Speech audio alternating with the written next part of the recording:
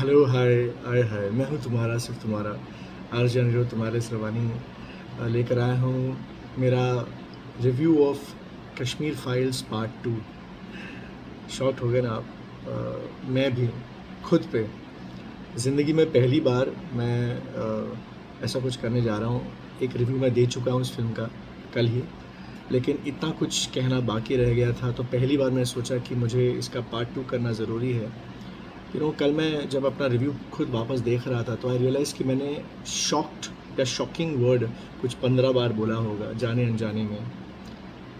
वो इसलिए कि वही एक जज्बा मेरे जहन को झंझोड़ रहा था।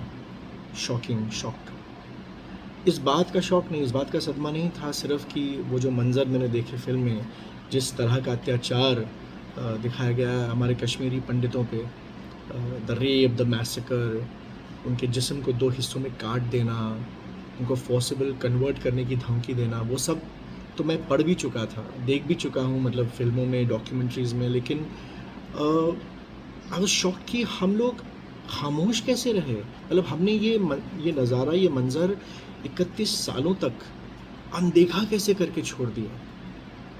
There were so many, and I guess there is another reason for that कि उस ज़माने में 1990 में जब ये जेनोसाइड शुरू हुआ कश्मीर में, तब there was no media except for the national media. एक टाइम्स ऑफ इंडिया था, एक सरकारी मीडिया था दूरदर्शन, जिसमें वही बताया जाता था जो सरकार चाहती थी। That time it was obviously the Congress party. And उसके बाद जो मीडिया आई भी, जैसे India Today, I am openly saying it, NDTV, we all know they were very openly biased and they have been biased against the BJP. So उनका जो narrative हमेशा कुछ अलग रहा। आपने देखा होगा बरखा दत्त जब थी एज अ विद एनडीटीवी, उनका नैरेटिव बिल्कुल अलग रहता था। She anything which was anti Hindu, उसे वो ज़्यादा दिखाती थी। जैसे गोधरा को लेकर इन लोगों ने कितना कितना कुछ कवरेज किया, और ठीक है, करो, ज़रूर करो, जहाँ कुछ गलत होता है ज़रूर करो, लेकिन वो चिल्ला चिल्ली जो गोधरा के टाइम पे मची, वो पंडितों के जेनोसाइड पे क्यों नहीं मची? जब मैं इस फिल्म को देखकर बाहर निकला, तो मैं ईव्सड्रॉप कर रहा था, लोग क्या क्या बातें कर रहे थे। And there was this gentleman जो अपनी बीवी को बस समझा रहा था राडिया टेप्स के बारे में। आप गूगल पे सर्च कीजिए Radia tapes. Again this is pre social media. In the 2000s नीरा राडिया करके एक पॉलिटिकल लॉबीज थी, और उनके फ़ोन कॉन्वर्सेशंस वर टैप्ड, और इतना कुछ गंद निकला। आप पढ़ो, बरखा दत्त से लेकर वीर सांघवी से लेकर किस तरह की लॉबिंग चलती थी, किस तरह से मीडिया, एक मिली भगत होती थी मीडिया और सरकार के बीच, ताकि कुछ भी, मतलब हम तक ना पहुंच पाए जो वो नहीं चाहते। ये एक किस्म के मीडिया के दलाल थे, एंड आज भी हैं काफ़ी हद तक। और इमेजिन कि आज लोग इस फिल्म को देखकर इस तरह का कॉन्वर्सेशन कर रहे हैं। I was so happy man. इसमें कैरेक्टर है दर्शन कुमार, जो पंडित होते हुए ही भी यकीन नहीं कर पाता, क्योंकि जेएनयू वालों ने उसको बिल्कुल ब्रेन वॉश करके रखा हुआ है कि नहीं, जो पंडित गए भी तो अपनी मर्ज़ी से निकले कश्मीर से। तो ही सेज़, अरे उन्होंने अपनी कहानी क्यों नहीं बताई, यू नो। तो कोई बोलता उनको, क्योंकि शायद कोई उनको सुनना नहीं चाहता था। आप सोचिए, जब भोपाल गैस ट्रेजेडी हुआ, जब बाबरी मस्जिद हुआ, तो कितना शोर मचा, एंड होना भी चाहिए था। अगेन भोपाल गैस ट्रेजेडी को लेकर भी आई रिमेंबर कांग्रेस तब सत्ता में थी, और उन्होंने किस तरह से भोपाल गैस ट्रेजेडी में जो कंपनी इन्वॉल्व थी, वो कैसे उनको हेलीकॉप्टर दिया था कि वो यहाँ से भाग सकें, because he was not from India. उनको यहाँ से भागने का उन्होंने हेलीकॉप्टर तक प्रोवाइड किया। ये सब चीज़ें बाद में पता चली। बाबरी मस्जिद जब टूटा तो कितना शोर मचा, एंड जाहिर सी बात है, मैं समझ सकता हूँ, लेकिन वही शोर क्यों नहीं मचा जब कश्मीर में इतने अनगिनत मंदिरों को तोड़ा गया। आप सोचिए, आज इन पंडितों की सबसे बड़ी ट्रेजेडी ये है कि उनके अपने पड़ोसियों ने उनको बिट्रे किया। इस फिल्म में एक ऐसा मंज़र है, एक लम्हा है, जब उनका एक पड़ोसी है जो उनको बिट्रे करता है और उग्रवादियों को बताता है कि यहाँ पर हिंदू छुपा हुआ है, उसे मारो। और बाद में, और वो बोलते हैं उनको, हाँ, कि आप जाइए, हम आपके घर का ख्याल रखेंगे, और जब आप वापस आओगे हम आपका घर आपको दे देंगे। एवरीवन नोज़ कि आज उन घरों पे उनके पड़ोसियों ने ही कब्जा कर रखा है। वो वापस जाएँ भी तो कैसे जाएँ। इस फिल्म में एक सीन है जिसमें जो उग्रवादी है, वो खुल कर बोलता है कि हाँ मैंने इतने फलाना पंडितों का खात्मा किया। और वो जिहादी इतना क्रूर है कि जब उसे पूछा जाता है कि अगर आपसे कहा जाता है कि अपने भाई को मारो, बोलता हाँ करता। अपनी माँ को मारो, बोलता हाँ मैं अपनी माँ को भी मार डालता जिहाद के नाम पे। Dude that is spine chilling, मेरे रोंगटे खड़े हो गए ये बात सुनकर।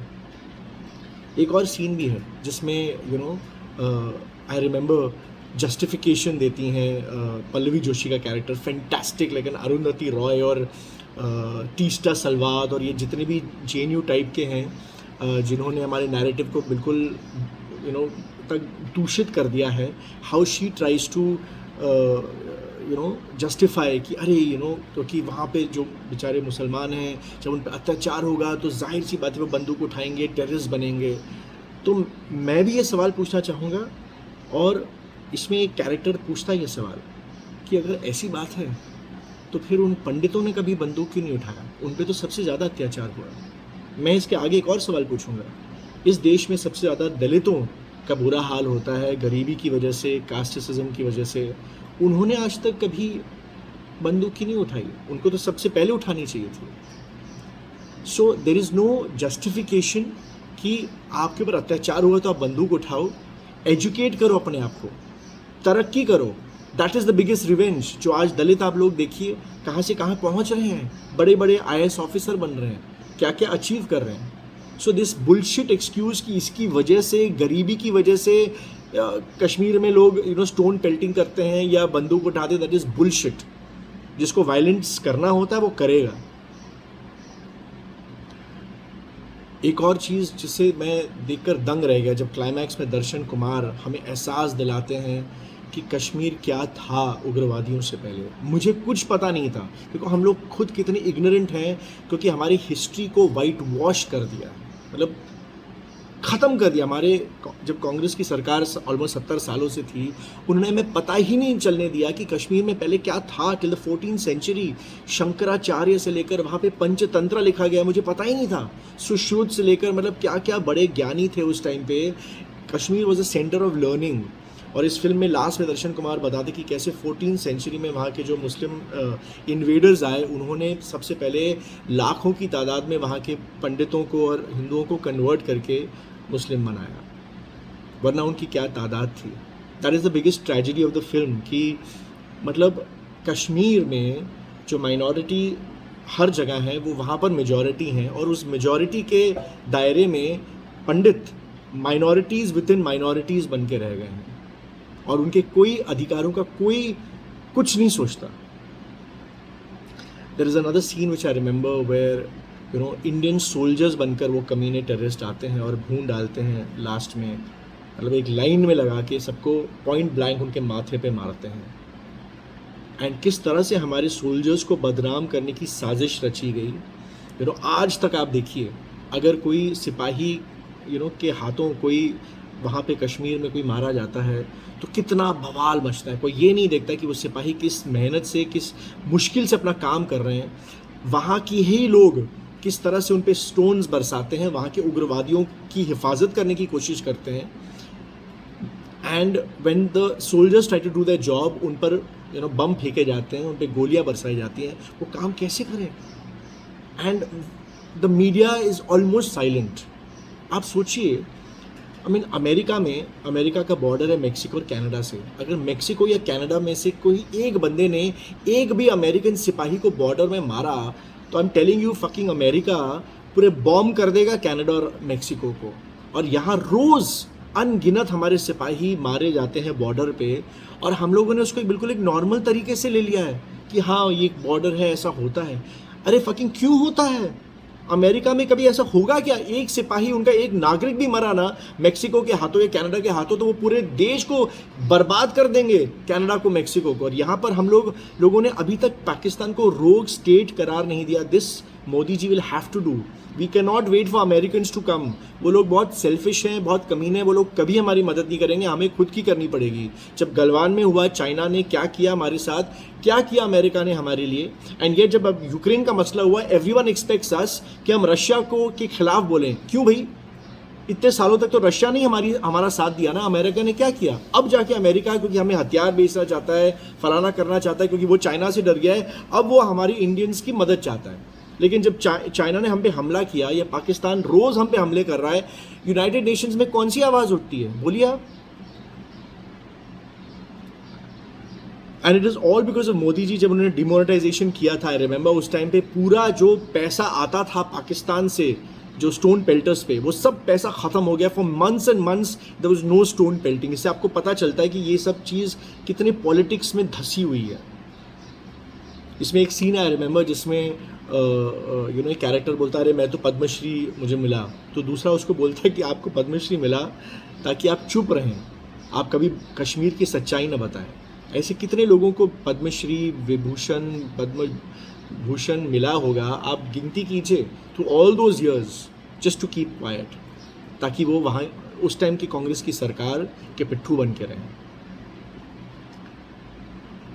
अगर ये फिल्म गोदरा पे होती तो मैं आपको लिस्ट बना के बताता हूँ कि कौन कौन आता इस फिल्म की तारीफ में। शबाना आज़मी, फरहान अख्तर, स्वरा भास्कर, सोनम कपूर, महेश भट्ट, रिचा चड्ढा, अली फजल, तापसी पन्नू, विशाल डडलानी, अंसल मेहता, अनुभव सिन्हा। अनुभव सिन्हा ने तो शाहिद बनाई, which was about a lawyer जो उग्रवादियों का साथ देता है, उनको डिफेंड करता है, और उस फिल्म को हेल किया गया। वाह वाह। ताशकंद फाइल्स जब आई तो उसको प्रोपोगेंडा कहा गया, जस्ट बिकॉज इट शोड कि लाल बहादुर शास्त्री शायद मारे गए थे। इस फिल्म के लिए भी इसने 3 दिन में कुछ 20 करोड़ से ज़्यादा कमा लिए हैं, which is a humongous achievement for such a small film. Kangana Ranaut ने तो बॉलीवुड को बुली दाऊद कहा है, और कहा है कि अब बॉलीवुड क्यों तारीफ नहीं कर रही इस पिक्चर की, वो दंग रह गई है इस फिल्म की कामयाबी पे। आई रेड अ रिव्यू जिसमें किसी ने लिखा है कि अरे पंडितों के पेन को एक्सप्लॉइट किया जा रहा है, हिंदू मुसलमानों को बांटा जा रहा है सच के नाम पे। सच कभी किसी को बांटता नहीं है, सच सिर्फ सच होता है, और तभी लोगों को बांटता है जब दूसरा साइड उस सच को कबूल करने की हिम्मत नहीं रखता है। All I can say is guys, watch this film और इस देश का भयंकर सच देखिए, उसे प्रमोट कीजिए, because it's important that the truth comes out और इन पंडितों को जस्टिस मिले फाइनली। जय हिंद, वंदे मातरम।